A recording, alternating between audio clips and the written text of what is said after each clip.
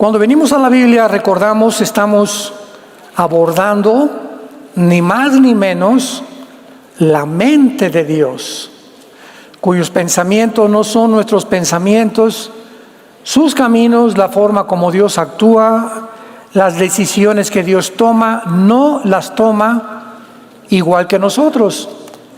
Entonces la mente humana choca al venir a la Biblia con muchas cosas que están pasando, y muchos de ahí tienen un arma supuestamente o un escudo para justificar, por ejemplo, el ateísmo.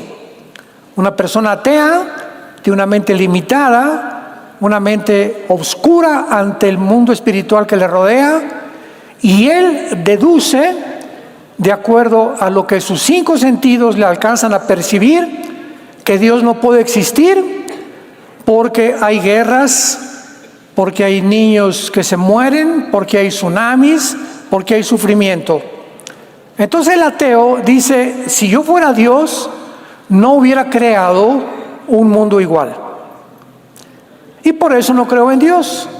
O sea, ven todo esto como un obstáculo, como un freno, y aquí vemos la imposibilidad teológica y filosófica del ateísmo. Actualmente, pues el ateísmo, ¿verdad?, filosóficamente es insostenible. Esa persona simplemente hay que contestarle, ¿sabes por qué no hay ese mundo como el que tú te estás imaginando? Porque tú no eres Dios. O sea, si yo fuera Dios, ¿verdad? A ver, tú, estoy oyendo que hiciste esto, bájate del cielo y ponte aquí, siéntate en esta silla. Y ahora te voy a juzgar. ¿Por qué hiciste esto? Mi mente no lo entiende. ¿Por qué hiciste aquello? A ver, Dios, contéstame. Y nunca va a tener respuestas. Lo chistoso y lo irónico de este pensamiento ateo es que nos preguntan a los cristianos. O sea, nunca le va a preguntar un ateo ni va a tener un debate con un musulmán o con un hindú o con alguien, con un zoroastro o con un seguidor de Mahatma Gandhi. Siempre los debates son entre cristianos y ateos o escépticos, ¿verdad?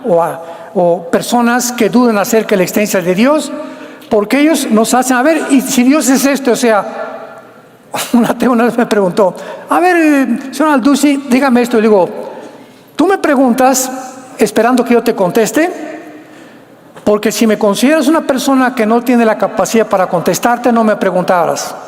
Entonces le digo, gracias por darme esta posición en tus pensamientos, de por lo menos aceptarme que puede haber la posibilidad que te puede contestar. Pero esto tú no se lo preguntas a un hindú, ni a un musulmán, ni a otra persona. De una forma chistosa e irónica, vienen con nosotros a que les demos respuesta. Y tratando, como lo hacían con Cristo, de tratar de cacharnos en algún error para poder afianzar o fortalecer su filosofía, su ideología atea. Segunda de Tesalonicenses capítulo 2. Esta iglesia de Tesalónica, para dar un poco de historia, era una iglesia a la cual el apóstol Pablo le reveló muchísimas cosas de profecía, como el rapto de la iglesia. En su primera carta, capítulo 4, 16 y 17, estamos ahorita en la cuarta parte. Les recomiendo en YouTube consiguen la primera y la segunda, donde hablo claramente del rapto y las bases del rapto. Ya estamos adelantándonos y profundizándonos más. Entonces, después de que Pablo les explica a los tesalonicenses en la primera carta, capítulo 4, 16 al 17, que va a venir un tiempo cuando millones de personas vamos a desaparecer y que el mundo se va a quedar sorprendido, los muertos que hayan sido muertos antes que nosotros van a resucitar primero, y nosotros, si el rapto viene ahorita o mañana o entre un año, de repente se queda tu ropa tirada en el suelo y se van millones de seres humanos, no que creían en Cristo, porque muchos creen en Cristo. El diablo no es ateo. Dice en Santiago capítulo 2, los demonios tiemblan, creen y tiemblan. No es todos los que crean, yo creo en Cristo, sino los que lo siguen. Qué grande diferencia hay, los que lo siguen. Y los que lo siguen son transformados interiormente.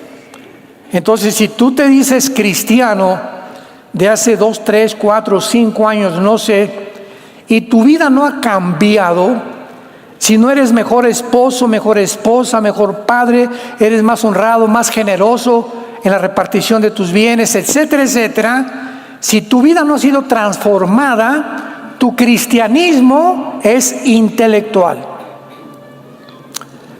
Hace algún tiempo, bueno, no tanto tiempo, algunos meses atrás, le preguntaron a un hombre muy famoso, me reservo su nombre, muy famoso, multimillonario, de los más grandes que hay en el mundo ahorita, que si era cristiano. Y él dijo estas palabras: soy cristiano cultural. ¿Qué significa que sea cristiano cultural?, le preguntaron. Dice, bueno, yo creo en la persona de Cristo porque existió. El Cristo histórico. Además, las enseñanzas de Cristo las considero muy sabias. Y creo que el cristianismo ha hecho un impacto muy grande en el mundo. Sin embargo, esta persona no tiene a Cristo dentro de él. No ha nacido de nuevo. No tiene al Espíritu Santo.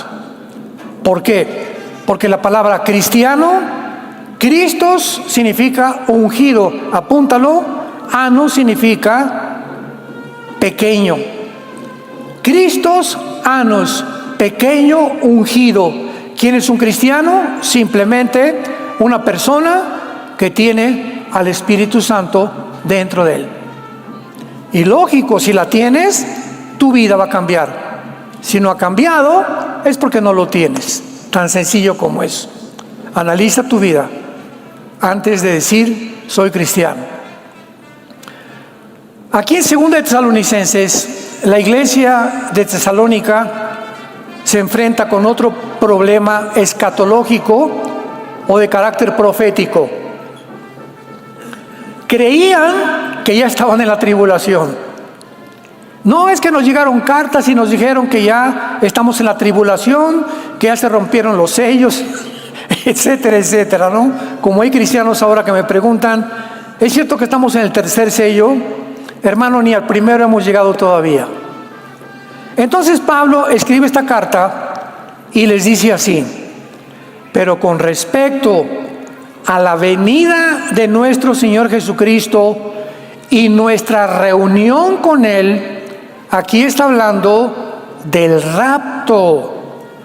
Con respecto a la parusia, a la aparición de Cristo cuando nos reunamos con Él, que ya les expliqué en la antigua carta, en 1 Tesalonicenses capítulo 4, los rogamos, hermanos, por el amor de Dios, lo estoy casi transliterando en lenguaje moderno, les ruego, hermanos, que no se dejen mover fácilmente de vuestra manera de pensar, ni se conturben, no se preocupen ni por espíritu, ni por palabra, ni por carta, como si fuera nuestra, en el sentido que el día del Señor está cerca. En el Antiguo Testamento, el día de Jehová, el día de la ira, el día del Señor, el tiempo de angustia sobre Jacob. En el Nuevo Testamento, el día del Señor se refieren a los 7 años de la tribulación. Todos los términos en el Antiguo Testamento, Isaías 13, Isaías 30, Ezequiel, Zacarías, que mencionan, Sofonías, que menciona más de 10 veces el día del Señor, se refieren al futuro que venía sobre la tierra, que está en el libro del Apocalipsis. Entonces llegaron a los tesalonicenses a asustarlos, como nos pasa ahorita en el mundo cristiano. Usted no se imagina la cantidad de correos que nos llegan. Oye, hermano, estamos en el 5º sello, vamos a pasar la tribulación. Alguien me dijo que vamos a pasar la tribulación y que solamente estamos tratando de escaparnos del mundo para justificar que no vamos a pasar la tribulación. Entonces, todas estas cartas fueron escritas, amados santos de Dios, para esclarecer nuestra comprensión espiritual y para entender claramente, con un estudio exegético de la palabra, qué es lo que Dios nos está diciendo. Y es lo que tratamos de hacer con esta serie, El misterioso rapto de la iglesia. Entonces creían que estaban en la tribulación. Versículo 3. Nadie los engañe en ninguna manera, porque no vendrá ¿qué cosa? La tribulación, los 7 años del día de la ira de Dios. No vendrá sin que antes venga la apostasía y se manifieste el hombre de pecado, el hijo de perdición, cuya identidad es el anticristo. Oigan, tesalonicenses, les dice Pablo, ¿ya vieron al anticristo? No. ¿Ya oyeron que están mandando marcar a la gente? No. Entonces, ¿por qué son tan cabezones de no entender que antes de la tribulación el anticristo tiene que aparecer? Porque en el momento que el anticristo, por otros pasajes, Daniel 9:27, firme un tratado de paz con el pueblo judío, quiere decir que el pueblo judío se va a encontrar en un punto en el mundo muy pronto donde se va a quedar solo. Se va a quedar solo.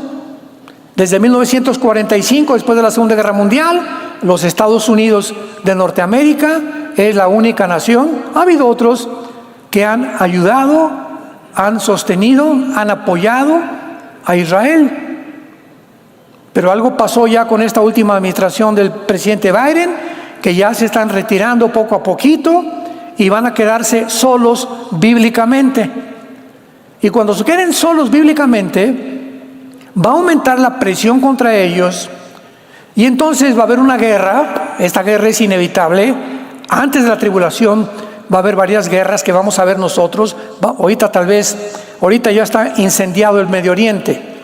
Ayer ya comenzaron a bombardear Israel desde el Líbano, el grupo Hezbolá. Israel está contestando y ya se unió Corea del Norte. Rusia mandó miles de soldados ya a Irán, a Yemen, a Irak, a Siria, para apoyar al grupo terrorista de Hezbolá y de Hamas.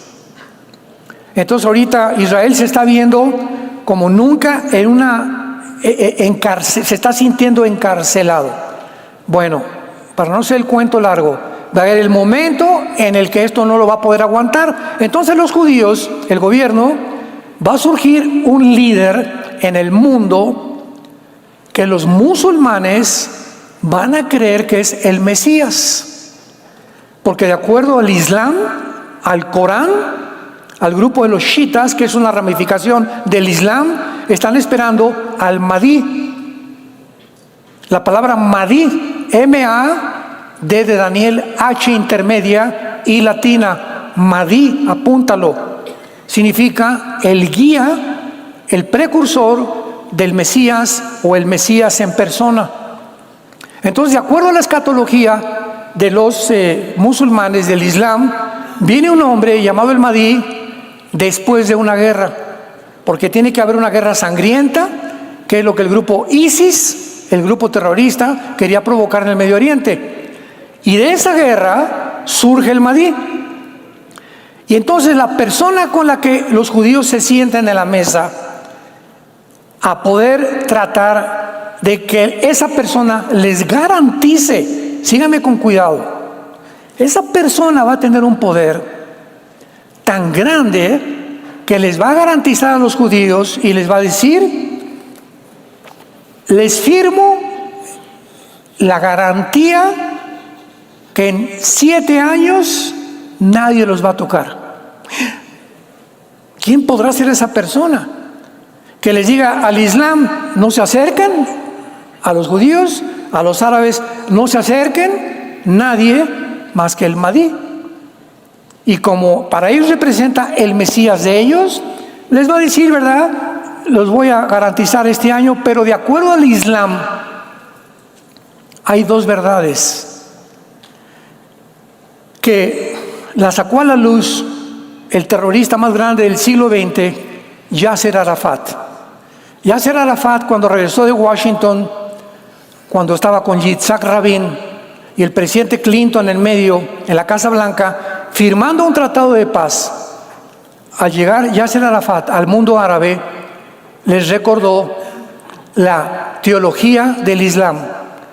Al occidente les decimos algo, pero les decimos la mentira y la verdad la tenemos nosotros. No es cierto que va a haber paz, los tenemos que destruir.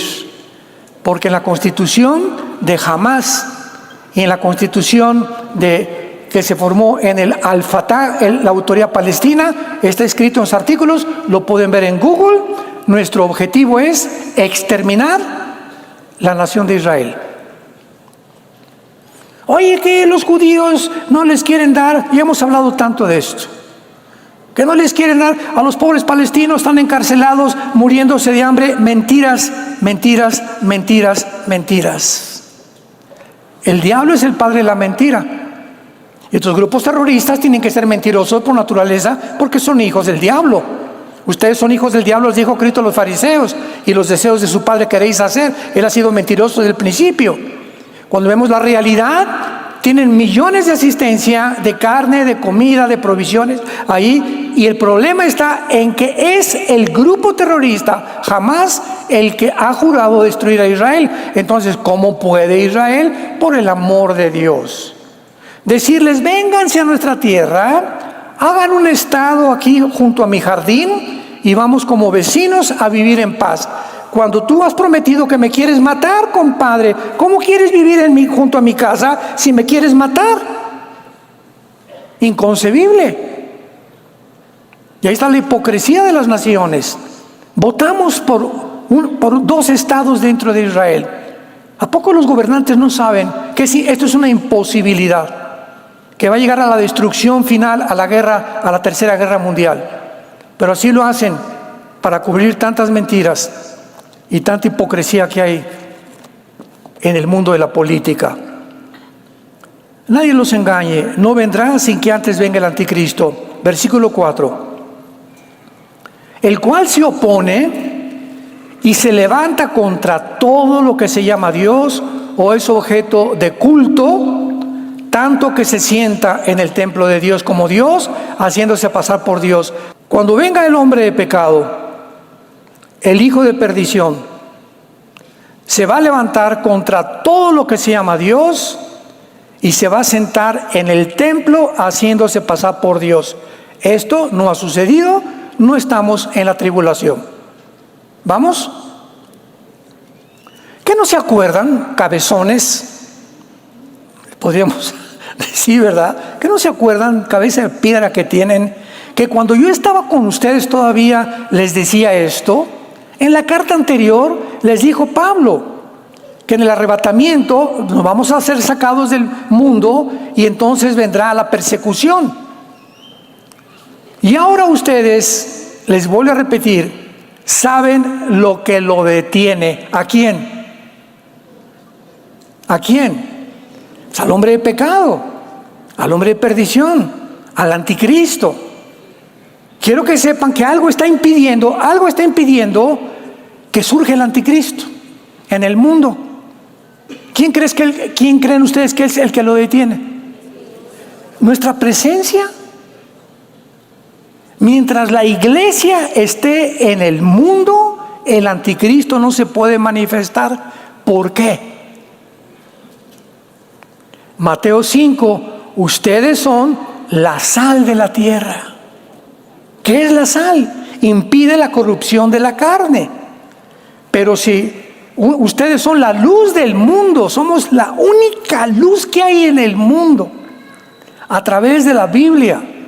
Nuestra presencia en tu casa, en tu oficina, en tu negocio, en el deporte, donde quiera que tú estés. Si tú eres cristiano, de alguna forma, ya no oyes tantas groserías, testificas a un jugador de fútbol, como dice que Neymar ya se quiere ir de pastor también ahí en la selección de Brasil, etcétera, etcétera, y comienzan a testificar, comienzas a hablar de Cristo a tus hijos, comenzamos a detener de alguna forma que no se desborde la maldad como podría desbordarse cuando ya no haya cristianos. Hace algunos días, un gran politólogo, filósofo, Agustín Laje, lo admiro muchísimo, argentino, sacó un artículo, se los recomiendo, está en YouTube, y dijo lo siguiente: como consecuencia de los Juegos y de la inauguración en Francia de los Juegos Olímpicos, la cristiandad está siendo aplastada. Y si los cristianos no se levantan, serán más aplastados. Yo estoy usando mis palabras, lo dijo de otra forma. En otras palabras, de alguna forma estaba diciendo que hay mucha cobardía en el mundo cristiano. ¿Saben ustedes que el Papa no dijo una palabra en contra? Bueno, sabemos que ni cristiano es, ¿no? Pero ¿qué hay de más de nosotros? Estamos hablando contra esto. La esposa del presidente Biden dijo: es espectacular la inauguración de los Juegos Olímpicos. Nunca había habido tanta asquerosidad, tanta blasfemia, tantos insultos, tantos escupitajos, tanta burla al cristianismo como en los Juegos Olímpicos, en la inauguración. Nunca. Desde el siglo pasado, cuando se inauguró el túnel de Godard, ¿se acuerdan? En Suiza, que es el más grande del mundo, quién sabe cuántos kilómetros tiene de largo, que sacaron bailarinas casi desnudas, con disque ángeles caídos en cuerdas cayendo por toda la tierra, con el presidente de Francia, magistrados, diplomáticos, viendo todo este espectáculo. Desde hace más de 30, 40 años no se había visto algo donde te preguntas: ¿qué tiene que ver el deporte con esto? El deporte, yo llevo a mis hijos porque se enfrentan dos personas con diferentes aptitudes y capacidades para patinar, para el skateboard, para esto, para el otro, para la natación, y queremos ver la forma como se supera la humanidad en el mundo del deporte, que es maravilloso. ¿Qué tiene que ver esta inauguración de atacar una religión? ¿Por qué no atacaron a Mahoma? A eso sí, ¿verdad? Di algo contra Mahoma en Europa y te queman tu casa. Pero contra nosotros pueden decir lo que hasta que no dijeron. Humillaron completamente el cristianismo. Y estamos en las redes tratando de combatir esto. Me entrevistaron hace poco en Enlace, lo pueden encontrar, donde hablo claramente de lo que pasó en los Juegos Olímpicos y que es el síntoma de podredumbre y un síntoma en la condición en la que el mundo en que tú y yo vivimos estamos actualmente percibiendo. Es un síntoma de la realidad de la sociedad del siglo XXI, una sociedad descompuesta completamente. Ustedes saben lo que lo detiene, a fin de que a su debido tiempo se manifieste, o sea, el anticristo. Vamos bien, vamos por orden. Porque ya está en acción, ya, eso sí, antes del anticristo, desde hace muchos años, ya está en acción un misterio. Algo que no estaba revelado en el Antiguo Testamento. Ahorita en la tercera conferencia expliqué que por eso se le llama al rapto el misterioso rapto, porque es una verdad, una doctrina que no estaba en el Antiguo Testamento y que se revela al apóstol Pablo. 1 Tesalonicenses 15, 51 al 53. Y aquí les digo un misterio: no todos dormiremos, pero todos seremos transformados. Entonces, un misterio es una verdad no revelada en el Antiguo Testamento. Efesios 3, del 1 al 5. La verdad de la iglesia, otro misterio. La iglesia no existía en el Antiguo Testamento. Era un misterio que un grupo de personas iban a unir con el Hijo de Dios y formar su cuerpo, que somos nosotros, la iglesia, y Él sería la cabeza de todos nosotros. Esto no estaba en el Antiguo Testamento. Entonces, pero ya está en acción el misterio, apúntalo, la palabra iniquidad. Es la palabra griega anomia, como suena, con A de Armando, N de Nancy, anomia, como suena. Anomia significa literalmente rebelión. Ir en contra de la ley, es un rebelde. Pisotear los mandamientos. Y el misterio radica en por qué no lo ha tenido Dios. ¿Por qué Dios no acaba ya con la maldad? ¿Por qué no acaba con todos los del tráfico humano, con todos los pederastas, con todos los transgéneros, con todas las personas, con todos los asaltantes, con todos los secuestradores, con toda la corrupción de la política? ¿Por qué Dios no lo hace? Es un misterio, o sea, ¿por qué nos preguntamos? Pero cuando es un misterio está algo oculto en la mente de Dios. Pero más adelante, cuando seguimos leyendo en el Apocalipsis, descubrimos que lo que tiene Dios oculto, aparentemente nos lo revela en la Biblia más adelante, y en el Apocalipsis nos muestra que aunque creamos que ahorita tú y yo ya queremos que se acabe esto, Dios lo va a hacer en su tiempo. No en el tuyo, ni en tu tiempo, ni en mi tiempo. Él tiene un tiempo, un kairos exacto para hacer y desarrollar su plan de las edades, que verán los 21 juicios que vienen sobre el mundo en el Apocalipsis. Y entonces ahí sí vas a poder, el mundo poder decir, como dicen el canto en Apocalipsis 14, justos y verdaderos son tus caminos, oh Rey de los santos, porque todas las cosas que tú haces son justas. Alguien lee el Apocalipsis, ¿cómo es posible que un Dios pueda mandar demonios y pueda el sol calentar a las personas y quemarlas y pasar esto que está pasando y tinieblas, tsunamis, meteoros que van a caer, cosas que van a suceder en el mundo, porque el mundo se haya podrido? Por eso se tiene que detener esto tarde o temprano, para que después de esta limpieza pasemos a regresar al mundo nosotros con Jesucristo en su segunda venida y volver a repoblar el mundo, que fue lo que hizo Noé después del diluvio. Génesis capítulo 9. Llegó Noé con sus 3 hijos, sus 3 nueras, a repoblar el mundo. Tuvo Dios que sepultar al mundo antiguo porque la genética de los seres humanos se había contaminado.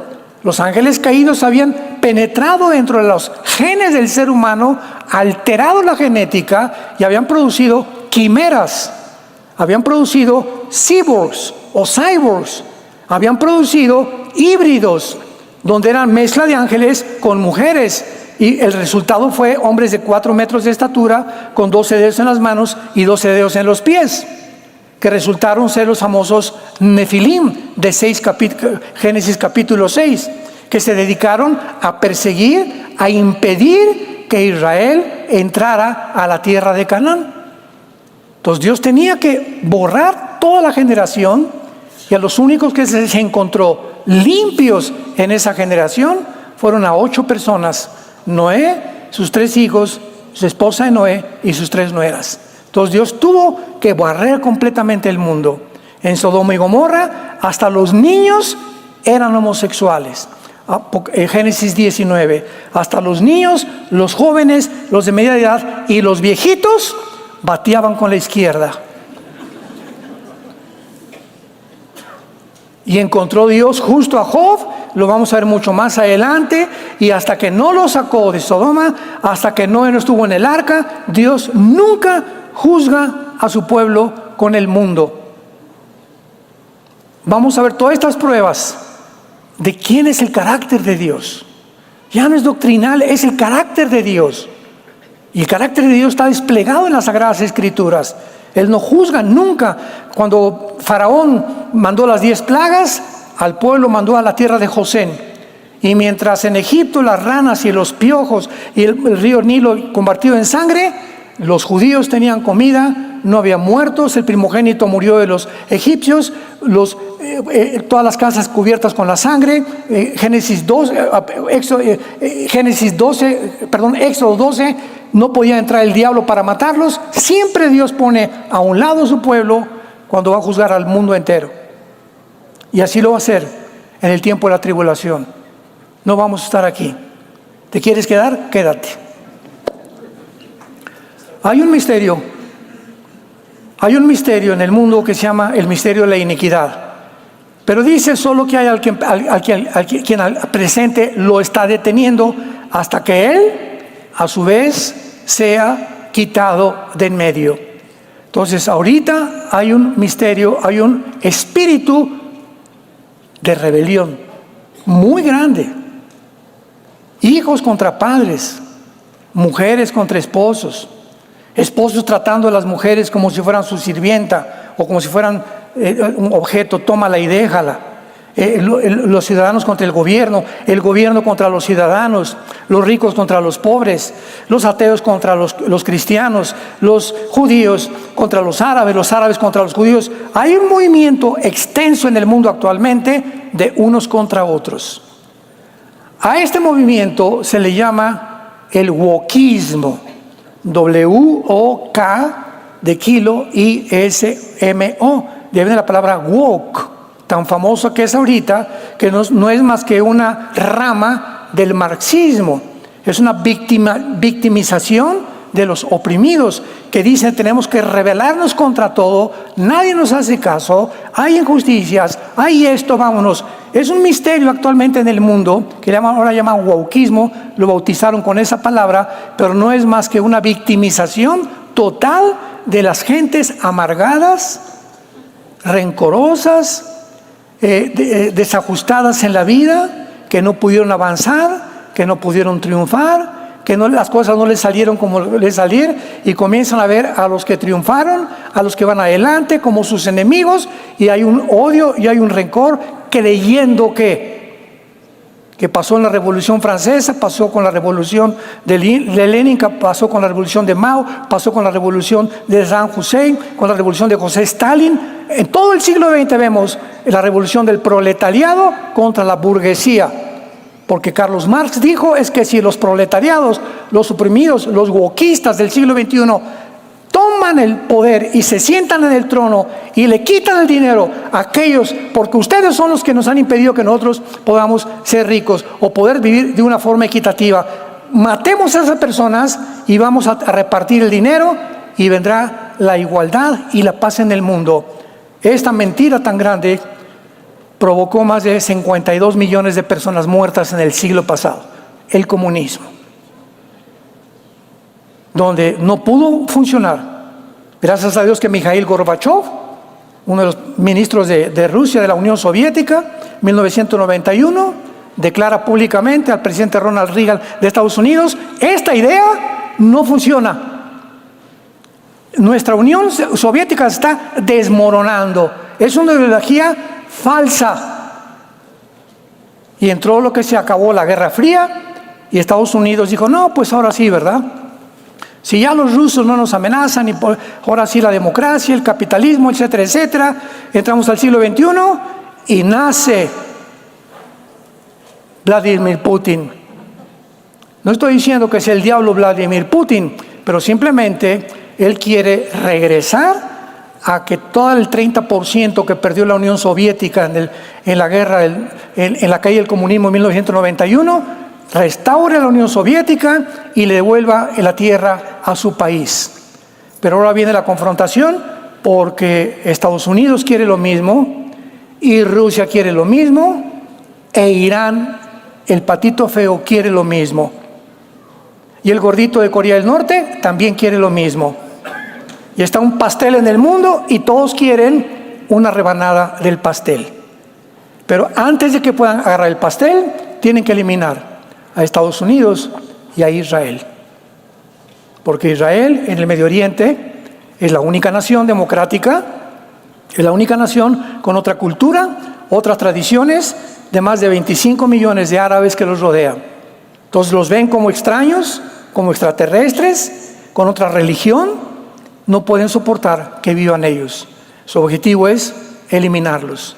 Pero antes tienen que eliminar a Estados Unidos. Entonces hay un movimiento en el mundo moviéndose desde hace mucho tiempo, que está levantando a la gente a la rebelión. Y dice el versículo 8: y entonces, ¿verdad? Cuando se ha quitado, cuando la iglesia sea sacada del mundo, lo que lo detiene, y entonces se manifestará aquel inicuo, apunta a la palabra inicuo, que es la misma palabra que iniquidad, anomos. Se manifestará aquel rebelde, porque es lo que significa la palabra anomos. Se va a desplegar en el mundo, va a surgir el anticristo, a quien el Señor matará con el espíritu de su boca, destruirá con el resplandor de su venida. Anomos o rebelde, cuya venida o advenimiento es por obra de Satanás, con gran poder y señales y prodigios mentirosos. O sea, viene un movimiento de mentiras al mundo, que lo estamos viendo en las redes sociales. Hace rato platicábamos los pastores y me estaba diciendo el pastor César: Armando, no sabes la cantidad de videos donde usan tus prédicas para monetizar. El gospel de evangelio no sé qué, y me pone mi nombre. Yo ni me meto, ni sé qué es la que se encargue Dios con ellos. Pero cantidad de personas que están usando la Biblia para monetizar, para hacer dinero. Y recuerda, cuando lo veas, tócale a la campanita para que tengamos seguidores. Jamás hemos hecho nosotros eso. Dios me libre. No te olvides la campanita, ¿eh? Y ahora tenemos 20,000 seguidores. O sea, es un mundo que vivimos tan podrido que agarran cualquier cosa para poder hacer dinero. O a un amarillismo escatológico impresionante que hay, de atacar a pastores y otro y el otro, o ya pasó esto en Inglaterra, esto y el otro. Cristianos que se están dedicando a esto, cuando Dios nos llamó a una sola misión: predicar el evangelio y la gracia de Dios. ¿Amén? ¿No parece? Predicar el evangelio de la gracia de Dios.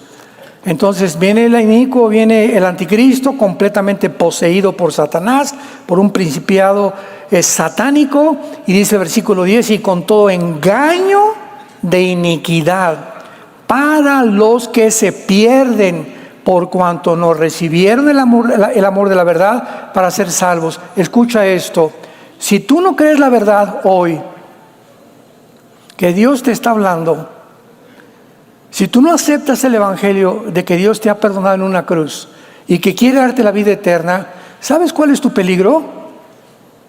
Que vas a acabar creyendo cualquier otra cosa. No que hiciste aquel que dijo: yo soy el camino, la verdad y la vida. Vas a acabar siguiendo a Buda, vas a seguir en otra religión, o te vas a volver un ateo, o un amargado, o un rencoroso, simplemente porque no amas la verdad. Para todos aquellos que no quisieron la verdad. Versículo 11 lo agrava más. Por esto Dios, a todas las personas que rechazaron esta verdad del evangelio de Cristo, ahora Dios, escucha esto, no el diablo.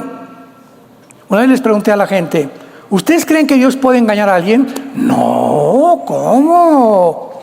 Bueno, la Biblia dice que puede Dios tomar esta decisión cuando alguien le rechaza. A los que le rechazan, Dios les envía un poder engañoso, y esto es un poder demoníaco, donde tu mente es trastornada, donde ya no llegas a saber si eres hombre o si eres mujer, o eres una quimera, o eres un híbrido, o eres un cyborg, o eres una persona que no tienes ya ninguna brújula para seguir en la vida. A lo bueno le llamas malo, a lo malo le llamas bueno. Cuando hay esta clase de pensamientos en una persona, estas personas piensan de esta manera, actúan de esta manera, porque sin que se den cuenta se están deshumanizando. Están dejando de ser humanos. Están descendiendo sin que se den cuenta a un nivel donde son presa y donde Satanás los va a encarcelar. Y esto lo explica Pablo en Romanos capítulo 1, que habiendo conocido a Dios, no le glorificaron como a Dios, profesando ser sabios se hicieron necios. Y dice Pablo más adelante: por eso Dios los entregó. Dios los entregó. ¿Quieres ser homosexual? ven por favor hijo, te amo, Dios, yo te quiero ayudar, no quiero seguir así, Dios te dice, muy bien, y te empuja para que toques fondo. ¿No? ¿Que eres un avaro con tu dinero? ¿Quieres hacer rico? Ven, mira, disfruta lo que tienes. No estoy en contra que tengas dinero, que tengas 5 coches, 5 gallos, pero comparte con la obra del Evangelio lo que es conveniente. No quiero todo el pastel. Te empuja a Dios a que te hagas más rico.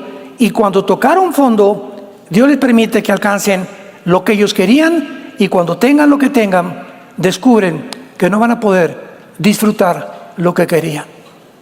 Eclesiastés 6 del 1 al 2. Eclesiastés 6 del 1 al 2. He visto un mal debajo del cielo, que hay personas a quien Dios les da riquezas, salud. Dice Salomón, nada les falta de lo que tienen. Pero, viene un pero, Dios no les da el don para disfrutar lo que tienen. Ricos pobres y pobres ricos. ¿Cuántas personas vemos, artistas de cine, políticos por acá y por allá? El dinero, el dinero, el dinero. Y ya que alcanzan y llegan a la cúspide del monte y llegan y tienen lo que quieren, comienzan a descubrir que sin Dios todo se les vuelve como una maldición en sus vidas. Sin esposas, sin hijos, mueren como perros, como animales a los 60, 70 años de edad, o encarcelados o exiliados, etcétera, etcétera, completamente abandonados, sin ningún propósito en la vida, porque lo único que quisieron fue como la parábola de Cristo en Lucas 11, una persona tenía muchos bienes. Ya aumentaron mis regalías en mis libros. Ya me aumentaron los intereses de mi banco. Ya tengo más negocios, ya tengo más terrenos. Esto haré. Voy a juntar todo lo que tengo y lo voy a mandar y lo voy a convertir en oro. Porque ahorita ya ni los dólares. Y cuando tenga todo esto convertido en oro, le diré a mi alma, alma mía, ahora sí me voy a mi hamaca porque ya tengo la garantía de vivir en paz. Y dice Jesús, y oyó una voz esa noche, esa misma noche, que le dijo, eres un necio, porque esta noche vienen a pedir tu alma. ¿A quiénes creen Cristo que les dijo, vienen por ti? Los demonios. Viene un grupo de personas, de entidades espirituales, a pedir tu alma. Y lo que has guardado, ¿para quién será? Así es el que es rico para el mundo y no es rico para con Dios. Cuidaos de la avaricia, dice Jesucristo, porque teniendo sustento y abrigo, estemos contentos con eso. Este es el peligro en el que el mundo va a aumentar mientras se acerca el final. Avaros, 2 de Timoteo 3:1, amadores de sí mismos. Se aman a sí mismos, no les importa nada ni nadie. Yo, mi negocio, mi casa, acaban hasta crucificando a la mamá que los trajo al mundo. Acaban con su familia, acaban con todo, con tal de subirme al trono y obtener lo que yo quiero. Ok, dice Dios, vas a tener una mente reprobada, que ya no va a discernir el bien y el mal, y se vuelven deshumanizados. Y estamos en un mundo ahorita, en el siglo XXI, deshumanizado. Ha llegado el mundo a un punto, como ahí está el botón de muestra en los Juegos Olímpicos, donde ya no saben qué es bueno y qué es mal. ¿Saben lo que contestó el Comité Olímpico? ¿Por qué les han llegado críticas, gracias a Dios? Contestaron y dijeron, es que nosotros, escuchen esto, vean nada más la mente reprobada, es que creíamos que la gente iba a comprender el arte de Da Vinci. ¿De veras contestaron esto? Es que esto es arte. Creímos que la gente lo iba a admirar, como la esposa del presidente Biden, que dijo, es espectacular, por el amor de Dios. O sea, ¿cómo es posible que hayan contestado eso, no? En lugar de arrepentirse, pedir perdón, etcétera, no lo volvemos a hacer. Jesucito mío, mi dulce compañía, Virgen del Socorro, ayúdame. ¿Con cuánta descaro y cuánta decía? Cuando me preguntaron en el programa hace 4 días en Enlace, les contesté y les dije, es que ese es el mundo que vivimos, son personas que ya no distinguen. Para ellos no es malo. ya no pueden ver que esto es malo y que esto es bueno. Y cuando llega a la mente de un ser humano, como los que organizaron este festival, son personas con mentes reprobadas. Y Dios los está exhibiendo para que nosotros veamos el ejemplo a lo que el mundo está llegando. A donde algo así tan horripilante, asqueroso. Otras fotos con un muchacho sin los calzones enseñando sus órganos genitales a un niño, y la foto está cuando el niño le está mirando los órganos genitales a este transgénero. ¿Cómo es posible? Ahora, ¿quién creen que está detrás de este movimiento? Satanás, organizando una élite en el mundo para llevarlos a que sea normal, a que el mundo lo vea normal. Y cuando ya la gente como ellos y como la esposa del presidente de Estados Unidos y como mucha gente y muchos políticos lo dicen, no es nada, es normal, es cuando ya dices el mundo está completamente loco. Es un mundo psicopático, un mundo de psicópatas, un mundo de degenerados, deshumanizados ya, que han llegado a tocar el fondo totalmente de sus vidas espirituales. Oremos. Padre, te damos gracias por tu palabra. Oramos como tu cuerpo, como tu iglesia, que nos sigas sosteniendo con tu gracia hasta el final. Yo te pido, Padre, que este pueblo que te está oyendo en este momento persevere en la esperanza a la que nos has llamado hasta el fin, que no desmayemos ni nos desanimemos a la mitad del camino. Hay tantas cosas para desanimarnos, pero para eso nos dejaste el Espíritu Santo y las Sagradas Escrituras, para que en ellas podamos consolarnos, edificarnos, aguardando la bienaventurada esperanza, la manifestación gloriosa de tu Hijo Jesucristo, que no tarda en venir por nosotros, sacarnos de este mundo que percibimos ya completamente descompuesto, y entonces este mundo descompuesto lamentará al final de no haber oído la verdad ni la luz. Ellos mismos se consideraron dioses que no te necesitaban, nunca pensaron en guardar ningún mandamiento por la soberbia de sus corazones. Guárdanos, Padre, que podamos continuar siendo la luz, comenzando en nuestra casa, con nuestros familiares, nuestros hijos, nuestros vecinos, que puedan percibir que somos diferentes de una generación perversa y maligna que cada día se destruye más y más. Ahora invita a Cristo en esta tarde. Ustedes que nos ven por la televisión, este es el momento de tu decisión. Dios te ha traído en esta hora para que no desprecies ni rechaces la verdad y le aceptes con todo tu corazón en tu vida, diciéndole estas palabras: Señor, te pido perdón por mis pecados. Creo que en esa cruz pagaste por ellos cuando derramaste tu sangre. A los 3 días resucitaste de los muertos, y por ello te pido, Señor Jesús, que entres en este instante a mi corazón como mi Señor y mi Salvador. Gracias por la vida eterna y gracias por darme la salvación. En el nombre de Jesús. Amén. Amén y amén. Qué libro tan maravilloso, ¿verdad? Qué libro tan maravilloso. Gracias a Dios por este libro. Ama este libro, medítalo, léelo, estúdialo, detente en las palabras, piensa en ellas. No lo leas como lees cualquier libro, detente en partes, en porciones, en versículos que te saltan y que te llaman la atención, y piensa en ellos, medita en ellos, híncate. Señor, acabo de leer que tú eres el camino, la verdad y la vida. Oh Dios, qué radical fuiste, Jesús. Te consideras que no hay nadie más que tú. Tú eres la única verdad. No eres una verdad, eres la verdad. Tú eres el camino. Y comienzas a pensar y a desmenuzar la Biblia, y el Espíritu Santo te va a ayudar a que esas palabras te hagan partícipe de la naturaleza divina de Dios.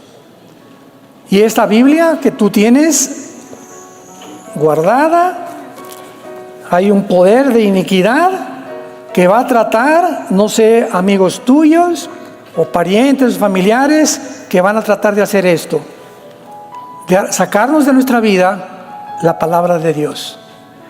Tú eres el objetivo, y yo también, de que esto no lo leamos, lo estudiemos ni lo meditemos.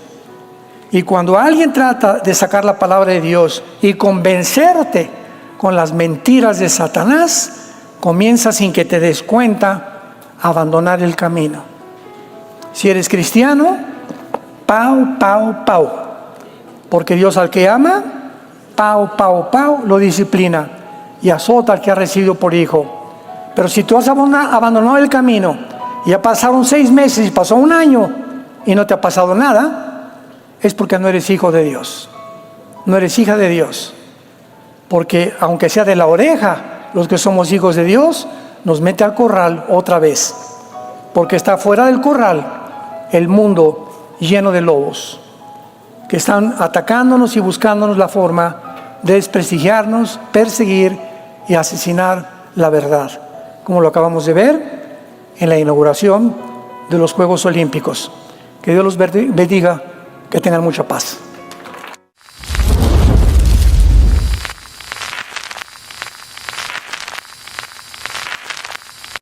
Hola, ¿qué tal? Me da mucho gusto saludarles y quisiera simplemente comunicarles que gracias a todos ustedes a través de todas las naciones del mundo que aman la palabra de Dios y que realmente están interesados en que nosotros como organización Vida Nueva para el Mundo y Armando Alducin Ministries continuemos predicando el Evangelio de la Gracia de Jesucristo y que podamos nosotros continuar haciéndolo gracias a sus donaciones.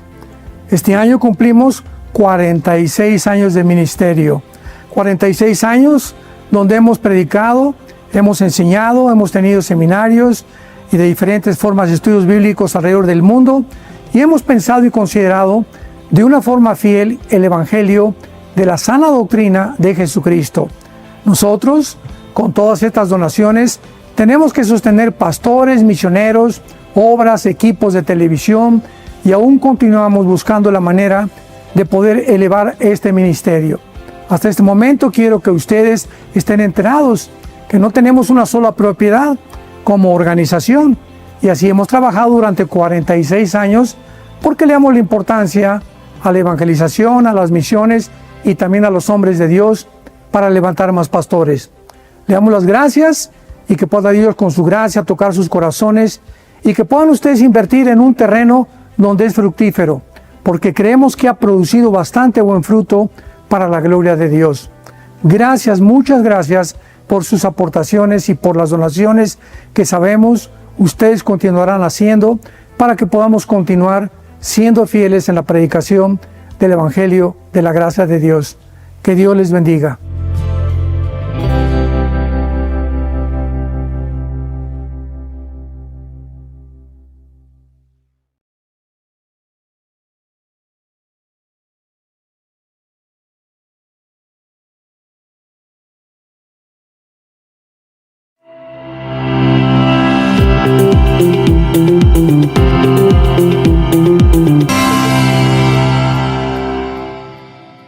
Nos da mucho gusto en este momento entrar a las redes sociales de internet, YouTube, Livestream, con el mensaje Jesucristo, Dios y hombre, pero quiero repetir que me hubiera gustado ponerle la encarnación de Cristo y la ciencia, porque vamos en esta mañana a sorprendernos de las maravillas que la Biblia escribió hace miles y miles de años y que se comprueban actualmente a través de la ciencia. Así que la Biblia no es solamente un libro, como dicen, de leyendas y mitos, y que Adán y Eva, y que contradicciones. Y toda esta gente que expresa estas barbaridades son personas ignorantes, nada más. No hay otro calificativo. Ignorantes. ¿Cómo se atreven a pisar un terreno que desconocen? Entonces tenemos que entender que cualquier cosa que queramos discutir, tenemos que definir términos y tenemos que estar adentrados con la persona que vamos a discutir. Si yo voy a discutir con un ateo, tengo el 85% de probabilidades filosóficamente de ganarle el debate al ateo. ¿Por qué? Porque conozco las debilidades del ateísmo. Yo fui un ateo antes y conozco lo que ellos defienden y por qué se proclaman a sí mismos ateos. Pero los ateos no conocen nuestros terrenos, ni siquiera han tratado de investigar las evidencias científicas de la Biblia para poder quitar de su bitácora la conclusión a la que han llegado de que Dios no existe. Entonces vamos a ver en esta mañana de una forma maravillosa la encarnación del Hijo de Dios, que Dios se hizo hombre y no pasaron más que 2000 años, damas y caballeros, para que el ser humano comprendiera por qué Cristo no podía nacer de un hombre y una mujer. ¿Por qué Jesucristo tenía que nacer virginalmente de una mujer? ¿Por qué José no podía tener relaciones con María? Y vuelvo a repetir, como lo vamos a ir desarrollando, hasta el año 2000 y hasta el momento en que nos encontramos nosotros en el siglo XX y XXI, vamos a comenzar a entender y a decir, y la Biblia tenía razón. Uno de los descubrimientos más notables de los últimos tiempos o de los últimos años fue la comprobación física de que el universo tuvo un principio. La Biblia comienza diciendo: en el principio Dios creó los cielos y la tierra. La Biblia establece desde el principio en su primera página que la creación tuvo origen en un ser sobrenatural, en el creador de los cielos y de la tierra, el que te formó a ti y a mí a su imagen y semejanza. En el libro de los Hebreos, en el Nuevo Testamento, capítulo 1, versículo 10, lo vuelve a corroborar y dice así: nosotros vemos que al principio Dios creó los cielos y la tierra, y que la tierra es obra de sus manos. Ellos perecerán, pero sin embargo tú, Señor, permanecerás. Tú en el principio la fundaste, y ellos envejecerán como una vestidura, pero tú permanecerás, los envolverás y serán mudados. Damas y caballeros, este principio de que la tierra tuvo un principio, tuvo su confirmación en la física con lo que se llama la ley de la entropía, que es la segunda ley que establece la termodinámica y es la base del estudio de todos los científicos. La primera y la segunda ley de la termodinámica, donde se establece que todo se deshace, todo tiene un deterioro, todo se oxida, todo se echa a perder, el sol está perdiendo millones de toneladas masa. La Biblia ya lo había afirmado 2000 años antes, 2600 años por los profetas hebreos y los apóstoles de Jesucristo. Esto fue demostrado por la ley de la entropía, y así vemos que el tiempo, la materia y el espacio tuvieron un principio. Cuando hablamos de Dios, no lo podemos meter dentro de nuestras 4 dimensiones. Cuando hablamos de Dios, estamos hablando de una entidad que trasciende las 4 dimensiones en las que tú y yo vivimos, que son la altura, lo bajo, la anchura y la 4ª dimensión que postuló Alberto Einstein y que le llamó el tiempo, con su famosa teoría de la relatividad. Entonces, el tiempo y el espacio y la materia tuvieron un principio, pero la Biblia dice que desde antes de que Dios creara todas las cosas, el Señor Jesucristo, el Hijo de Dios, antes de que naciera en el vientre de María, Él ya existía. Dice Juan capítulo 1, en el principio era el verbo era con Dios y el verbo era Dios. Todas las cosas por él fueron hechas y nada de lo que ha sido hecho fue hecho sin él. Dice en Colosenses capítulo 1, versículo 15 en adelante, él es la imagen del Dios invisible, el primogénito de toda creación, porque en él fueron creadas todas las cosas, las que hay en los cielos y las que hay en la tierra, visibles e invisibles, tronos, dominios, principados, potestades, todo fue creado por medio de él y para él.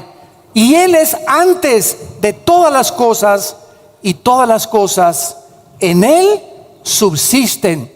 En otras palabras, uno de los misterios de la física es qué es lo que sostiene el átomo y qué es lo que sostiene el movimiento de gravitación que descubrió Isaac Newton.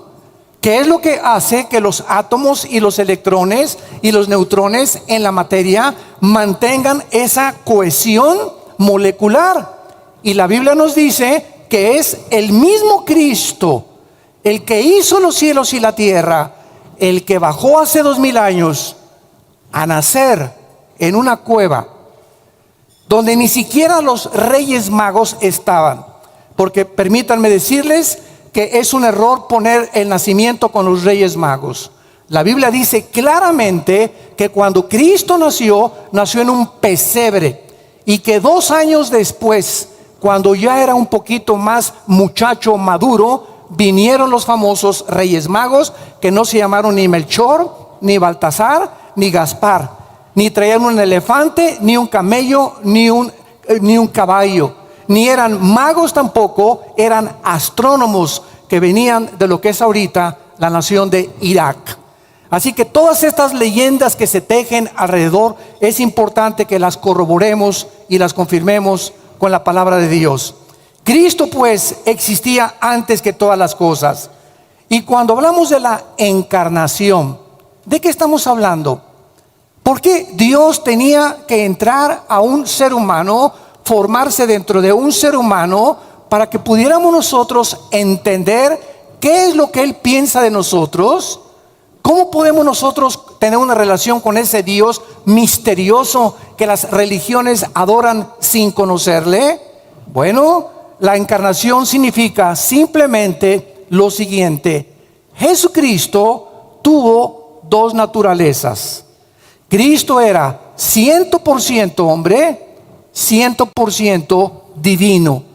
Y nunca estas 2 naturalezas, síganme con mucho cuidado, jamás se mezclaron la una con la otra. Nunca se mezcló la humanidad con la divinidad.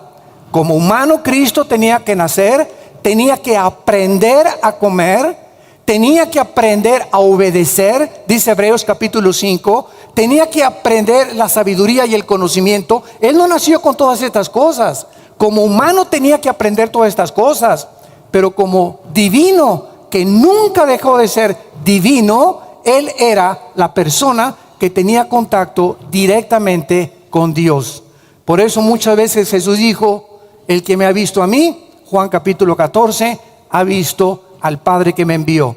Entonces, este misterio de la encarnación no pudo ser comprendido, damas y caballeros, hasta muchos siglos después. ¿Por qué Cristo tenía que nacer de una virgen? Algo incomprensible, pues si es virgen, ¿cómo puede nacer? ¿Quién puede embarazar a una virgen de esta manera? Etcétera, etcétera. Pero hasta 1860, cuando un monje austriaco llamado Gregorio Mendel comienza a hacer experimentos con chícharos y comienzan a establecerse por primera vez en la historia las famosas leyes de la herencia, comenzó el ser humano a conocerse a sí mismo de qué estaba constituido nuestros elementos, nuestras células, nuestro cuerpo. Pero a lo que se concluyó simplemente fue que hay una transmisión de padres a hijos, a nietos, y que viene desde siglos y siglos atrás. genéticamente. Y como no hay ningún libro en la historia que nos diga de qué estamos formados, más que la Biblia, ni el Ramayana, ni los Vedas, ni el Mahajanivana Sutta, ni el Tripitaka de Buda, ni el Corán de los musulmanes, no existe ningún libro sagrado que nos diga qué es el ser humano, cuáles son los elementos que forman nuestra naturaleza humana. Y la Biblia nos dice que somos espíritu. Tenemos un alma y vivimos dentro de un cuerpo. Repito, somos espíritu. Soy un espíritu principal y básicamente, porque Dios, dice Juan 4:24, es espíritu y nos creó a su imagen y semejanza.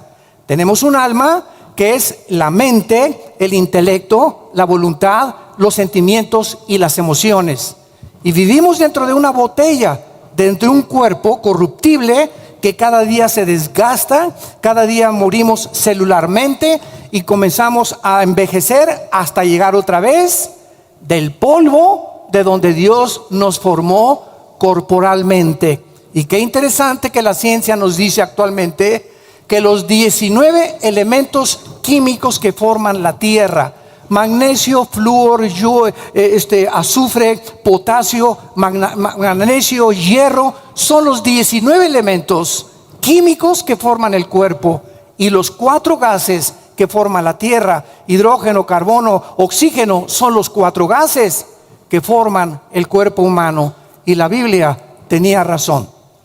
Entonces, una vez que comenzamos a entender esto, ¿quiénes somos? Que somos seres espirituales, que no descendemos de chita, ni que tampoco provenimos de los animales. Una teoría absurda que es una de las manifestaciones más aberrantes del intelecto humano y que se sigue defendiendo la teoría de la evolución sin tener ninguna prueba científica. ¿No ha habido en los últimos ciento y tantos años, desde Carlos Darwin, tu padrino, hasta nuestros días, una sola prueba de una mutación de una especie a otra especie? Y se sigue enseñando como una verdad, sin estar demostrado científicamente. ¿Por qué? Porque el ser humano tiene que investigar y tiene que hipotetizar y tiene que teorizar y filosofar al no saber de dónde viene. Entonces tenemos que inventar, y cuando se repite una mentira, como decía Joseph Goebbels, el ministro de propaganda de los nazis, cuando se repite una mentira 100 veces, se acaba aceptando como una verdad. ¿Y cuántas mentiras prevalecen aún dentro de lo que se conoce como la falsamente llamada ciencia? Porque hay la ciencia comprobada científica y la falsamente llamada ciencia, que es de carácter meramente especulativo. Entonces nosotros vemos que Gregorio Mendel descubre que algo se transmite a través de nosotros genéticamente. Pero damas y caballeros, tuvo que pasar un siglo, casi un siglo, para que el doctor James Watson y el doctor Francis Crick, norteamericanos, se les diera en 1954 el premio Nobel de Medicina, porque descubrieron la estructura molecular del ADN.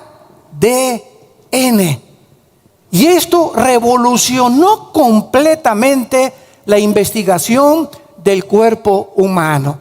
Entonces se les entrega a estos médicos el premio Nobel de Medicina y ellos comienzan a examinar lo que se conoce como el ácido desoxirribonucleico, que es el ácido o los nucleotides que forman el ADN. ¿Qué es el ADN para muchas personas que nos visitan y muchos que nos escuchan? Muy bien, nuestro cuerpo está formado por billones de células. ¿Sí lo oíste bien? Billones de células, que son partículas, ¿verdad? Moléculas microscópicas insignificantes. Sin embargo, en cada una de tus células y en cada una de mis células de mi cuerpo existe información. Si alguien me preguntara ¿Cuál es la definición del ADN? Le podría contestar: información encapsulada que Dios puso codificadamente en cada célula de nuestro cuerpo, y que esa información está relacionada con lo que tú eres y con lo que yo soy. En otras palabras, en el ADN se encuentra el origen de tu nariz, las orejas que muchos tienen, el color de pelo, la estatura, hasta características emocionales, porque somos un alma, etcétera, etcétera. Y todas estas cosas se encuentran en un software. En un software. Porque ahora que entramos al mundo de la cibernética en el siglo XX, podemos comprender también la Biblia. Ya la Biblia nos hablaba que tenemos un software en cada célula de nuestro cuerpo. Y si hay información, la materia, señores ateos, no puede producir información.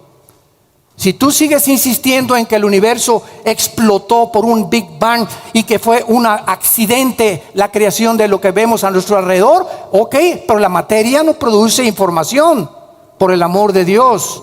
La materia no produce el pensamiento, la materia no produce la conciencia. Son cosas que trascienden la investigación empírica de los científicos ateos. Ahora, qué interesante es. Quiero compartirles algunas cosas acerca de la estructura molecular del ADN. Si nosotros desenrollamos todo el ADN que contiene cada una de nuestras células, llegaríamos a la luna ida y vuelta 6,000 veces. Si desenrolláramos todo el ADN que contiene nuestro cuerpo en cada una de nuestras células, podríamos a la luna ida y vuelta 6,000 veces. El ADN, este código genético integrado dentro de las células, se encuentra en todos los seres vivos y en todas las cosas vivientes, como lo vamos a ver con la Biblia. La secuencia completa del ADN llenaría 500 directorios telefónicos de 1,000 hojas cada uno. La secuencia completa del ADN llenaría 500 directorios telefónicos de 1,000 hojas cada uno. Y cada célula de nuestro cuerpo, de las billones que tenemos, tiene 2 metros de ADN. Así que ya puedes multiplicar, ¿verdad? Si 10 billones o 15 billones por 2, y esta es la razón por la cual iríamos 6 veces ida y vuelta, 6,000 veces ida y vuelta a la luna. Muy bien, vamos al libro del Génesis, que fue escrito hace 4,500 años, y vamos a descubrir en este maravilloso libro que Dios, desde el principio de la creación, desde que el mundo fue creado, damas y caballeros, Dios establece las leyes inexorables de la genética. Y dice así, versículo 11 y versículo 12: después dijo Dios: produzca la tierra hierba verde, hierba que dé semilla, hierba que dé semilla, árbol que dé fruto según su género, que su semilla esté en él sobre la tierra. Y fue así. Produjo pues la tierra hierba verde, hierba que da semilla según su naturaleza, árbol que da fruto cuya semilla esté en él según su género. Y vio Dios que era bueno, y fue la tarde y la mañana el día tercero. Versículo 24 y 25 del mismo capítulo 1. Luego dijo Dios: produzca la tierra seres vivientes según su género, que los tigres produzcan tigres, los equinos, caballos, percherones, ponis, pero caballos, los felinos, tigres, gatos, pero felinos, el ganado vacuno, pero no camellos ni dromedarios. Cada cosa que fue creada por Dios, Dios puso en cada ser viviente en cada camello, en cada elefante, en cada perro, en cada dinosaurio, en cada caballo, puso un código genético implantado dentro de sus organismos vivos para que cuando el caballo se cruzara con la yegua, y cuando el toro se cruzara con la vaca, y cuando el león se cruzara con la leona, no creciera un chango ni una jirafa, sino tenía que ser de acuerdo a la información genética que se encontraría en sus espermas.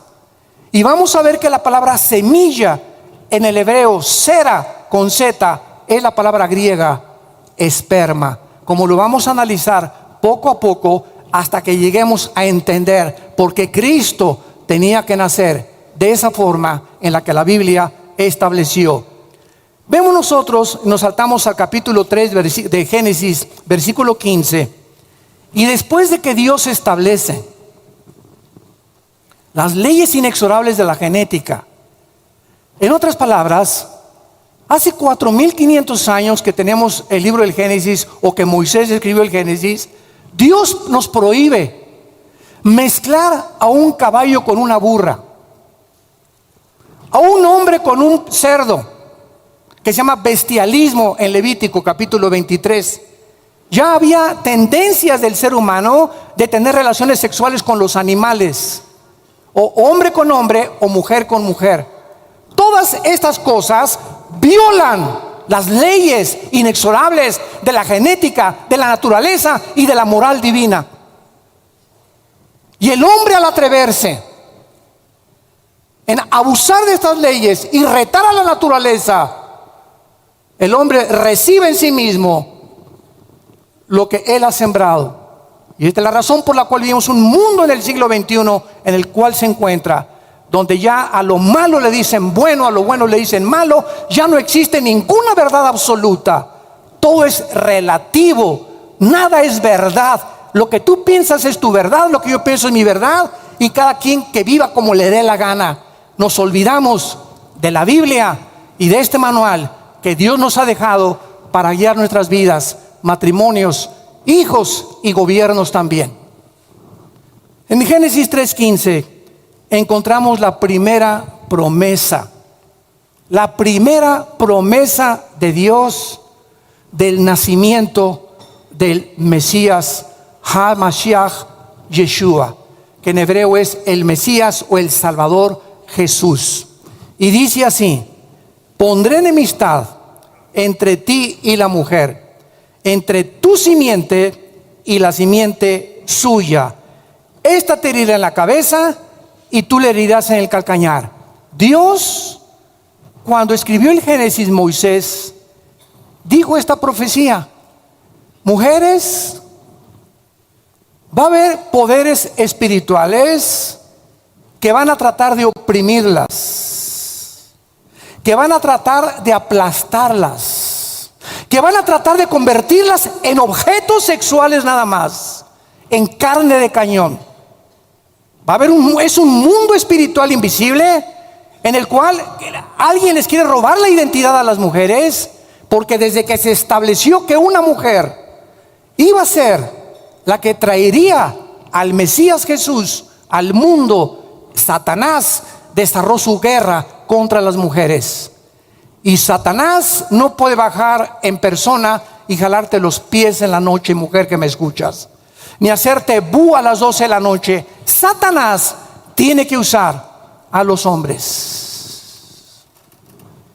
Y los hombres que abusan de las mujeres, y los hombres que no han entendido claramente por ignorancia de la Biblia. Esta es la razón por la cual tenemos seminarios de matrimonios, para entenderles a los cabezones de los varones cuáles son nuestras responsabilidades delante de Dios. Y cuando aprendemos qué es lo que Dios quiere que hagamos con nuestra esposa, cómo tratarla, y si no se convierte en la reina junto a ti, a tu hogar no puede ser bendecido, porque violamos las leyes y los mandamientos del eterno, del altísimo Dios. Él es el que establece las leyes morales, las leyes físicas y todo lo que existe. Las leyes del electromagnetismo, las leyes nucleares y los poderes de la gravedad. Todos los poderes y las leyes físicas y morales fueron establecidas por el creador del universo.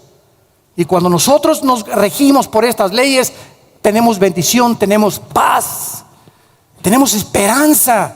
Se nos caen las vendas y vemos el mundo realmente como es el mundo. Y descubrimos qué maravilloso es que ese hombre en una cruz, qué humildad, el creador tuyo y mi creador de los universos, de las hormigas, de los animales, de las estrellas y las galaxias, el creador de los cielos y la tierra, en una cruz gritaba: los amo.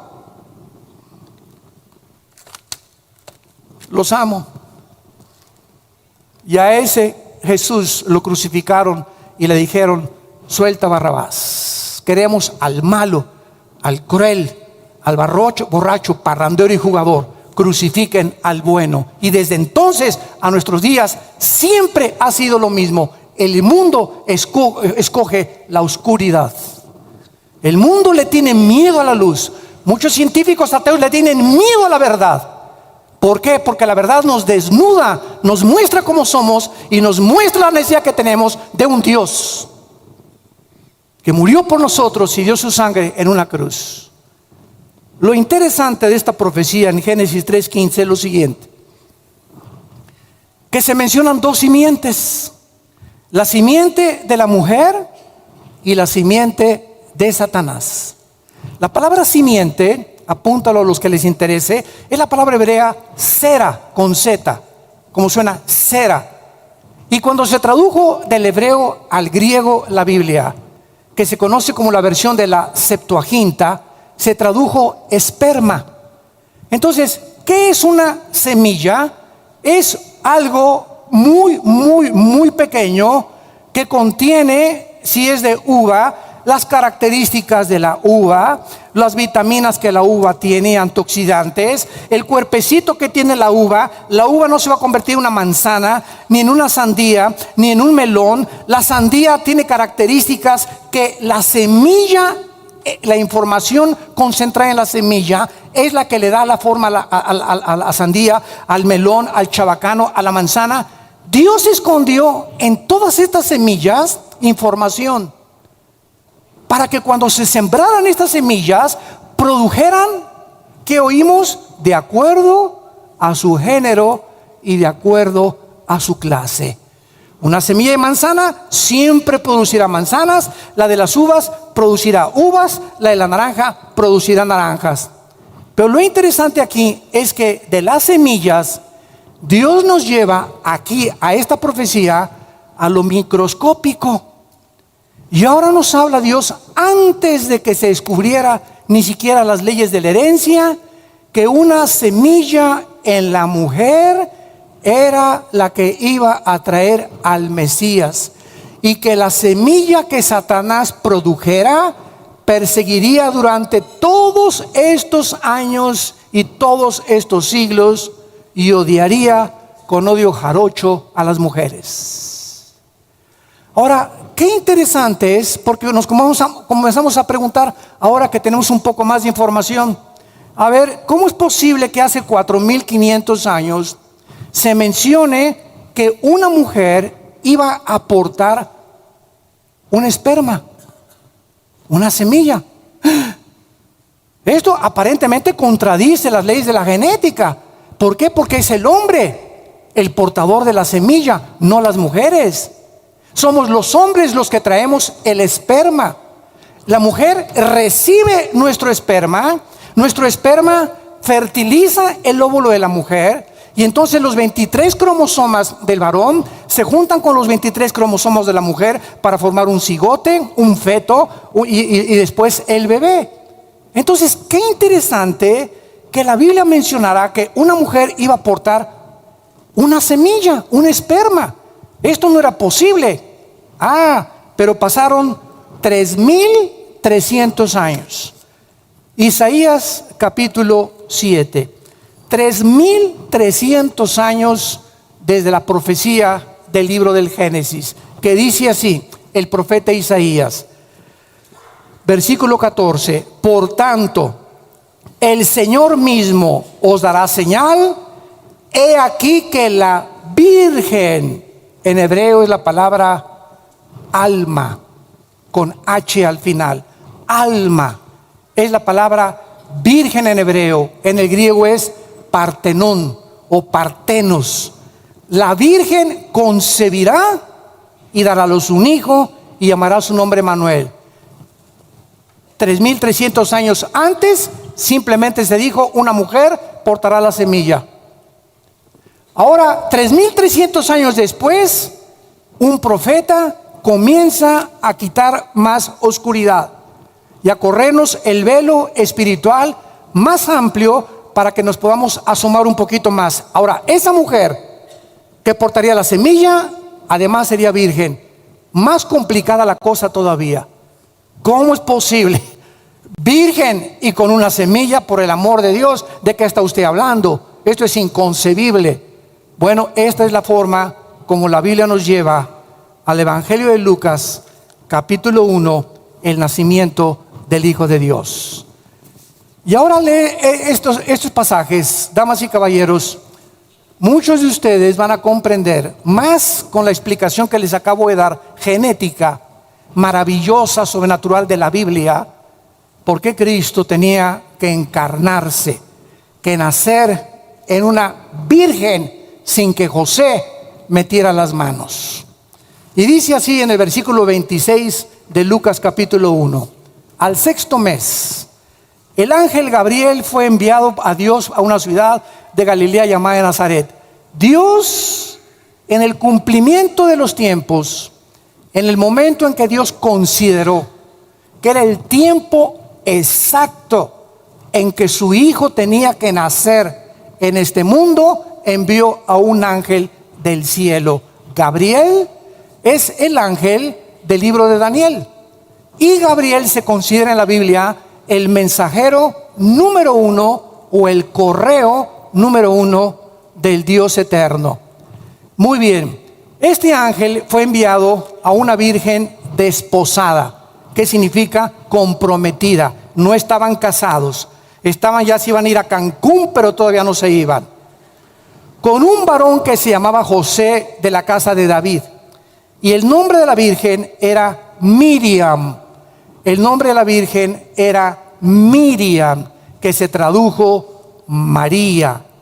Y el ángel entrando le dijo: salve muy favorecida, el Señor es contigo, bendita tú entre las mujeres. Mas ella, cuando le vio, se turbó por sus palabras y pensaba: ¿qué salutación sería esta? Entonces el ángel le dijo: María, no tengas miedo, no temas, porque has hallado gracia delante de Dios. Y ahora concebirás en tu vientre y darás a luz un hijo y llamarás su nombre Yeshua, que se tradujo Jesús y que significa Salvador. Este será grande y será llamado Hijo del Altísimo, no de José, Hijo del Altísimo. Y el Señor Dios le dará el trono de David su padre, y reinará sobre la casa de Jacob para siempre, y su reino no tendrá fin. Imagínense a la Virgen. Era una muchacha, de acuerdo a la palabra hebrea alma y la palabra partenos en el griego, entre los 14 y los 17 años de edad. Era una chamaca, la Virgen María. Se le aparece el ángel y le dice: te vas a embarazar. Imagínense ustedes, muchachas, que de repente, ¿verdad? Como dicen, ¿verdad? Oye, ¿y qué van a decir ahí en Tlanepantla de mí? Si no me he casado. Inmediatamente me van a decir: nos comimos la torta antes de tiempo. Porque es lo que regularmente la gente piensa, ¿verdad? Entonces María, cuando le anuncian esto, vamos despacio, estaba conmocionada. Porque ella sabía que si ella le decía al ángel: acepto la voluntad de Dios, iba a ser humillada, iba a ser perseguida, la gente se iba a burlar de ella. Sin embargo, vemos por qué Dios escoge a esta muchachita maravillosa llena de la gracia y la misericordia de Dios, para que fuera la que trajera a su Hijo Jesucristo al mundo de los vivos. María, versículo 34, le dice al ángel: ¿cómo será esto? Pues no conozco varón. Respondiendo el ángel le dijo: el Espíritu Santo vendrá sobre ti, y el poder del Altísimo te cubrirá con su sombra, y el santo ser que nacerá será llamado Hijo de Dios. Vemos nosotros algo que es absolutamente interesante, porque cuando leemos la Biblia descubrimos lo siguiente: el pecado no fue introducido al mundo por una mujer. Si yo les preguntara a ustedes que conocen la Biblia, ¿quién pecó primero, Adán o Eva? Por favor, no me digan Adán. La primera que pecó fue ella, la mujer. Sin embargo, aquí hay algo misterioso y fantástico. La Biblia nos dice que el pecado entró al mundo por el hombre. Todo esto tiene que ver con la genética. Esto es asombroso. La Biblia nos dice en Romanos 5, versículo 12, que el pecado entró al mundo por un hombre, y así la muerte pasó a todos los hombres por cuanto todos pecamos. Y dice el versículo 5 de Romanos, versículo 18, así que por la transgresión de uno, varón, vino la condenación a los hombres, de la misma manera por la justicia de uno, los hombres, la justificación de vida. Porque así como por la desobediencia de un hombre, ahí está, la Biblia le echa la culpa al varón. Es el varón el que introdujo el pecado al mundo. Así también muchos serán constituidos por la obediencia de uno, los justos. Cuando Adán pecó, entonces toda la raza humana recibió una infección hereditaria. Y así como heredamos las características físicas en el ADN que traemos en cada una de nuestras células de nuestros tatarabuelos, y así como también heredamos características emocionales, es igual de berrinchuda que su abuela, es igual de enojón que su papá, es igual de tonta que la mamá, es igual de burro que el papá, etcétera, etcétera. La Biblia, al descubrirnos que somos espíritu, forzosamente teníamos que haber heredado características espirituales. Y aquello que Marx llamó la lucha de clases, y Shakespeare el defecto trágico, el doctor Sigmund Freud el medio ambiente y la sexualidad infantil. Y así hemos los hombres como tú y como yo, hombres y no dioses, hombres tratando de, ¿qué le pasa al ser humano? ¿Qué gobierno será mejor, el democrático, socialista, comunista, monarquía? Nos encontramos en un mundo confundido, política, religiosa, filosóficamente. Todos los sistemas e ideologías se están derrumbando ante nuestros ojos. Y no nos queda más que la verdad encontrada, porque los cielos pasarán, pero las palabras de este libro permanecerán. Han pasado 2000 años, damas y caballeros. Un solo error no se ha podido encontrar en la Biblia, ni geográfico, ni histórico, ni científico. La arqueología, la antropología, la ciencia corrobora, y la Biblia tenía razón. Y la experiencia humana que vivimos todos los días nos muestra el poder de la Biblia, de la palabra de Dios. Entonces, si heredamos espiritualmente una herencia, ¿cuál fue? Que los hombres no han podido descubrir. La Biblia usa una palabra para decirnos cuál es la infección con la que tú y yo nacimos, que venimos acarreando genéticamente desde Adán, y se llama pecado. Ahora vean la relación de la genética con lo que les estoy diciendo. La mujer tiene cromosomas XX.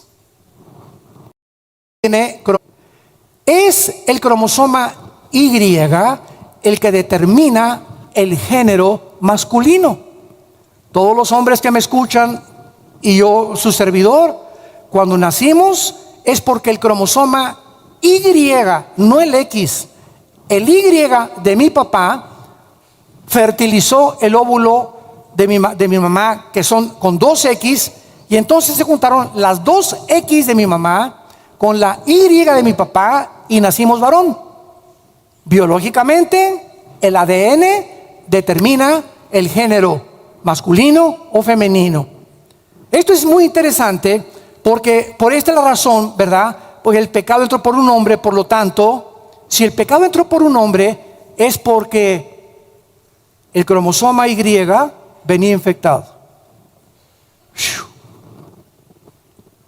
Lo que determina el género masculino venía infectado. Y esta es la razón. Si el pecado entró por un hombre, el pecado tenía que ser pagado por un hombre también. Esta es la razón por la cual Dios no envió a su unigénita hija. Dios envió a su unigénito hijo para salvar la humanidad, a su hijo del pecado. Y lo interesante acerca del cromosoma Y es que solo puede provenir del padre. El cromosoma Y nunca vendrá de la mamá.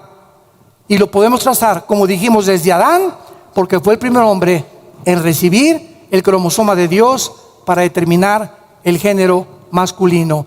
Para que la raza humana fuera salvada, tenía que haber un cromosoma Y, porque tenía que ser un hombre, no una mujer, la que moría en una cruz.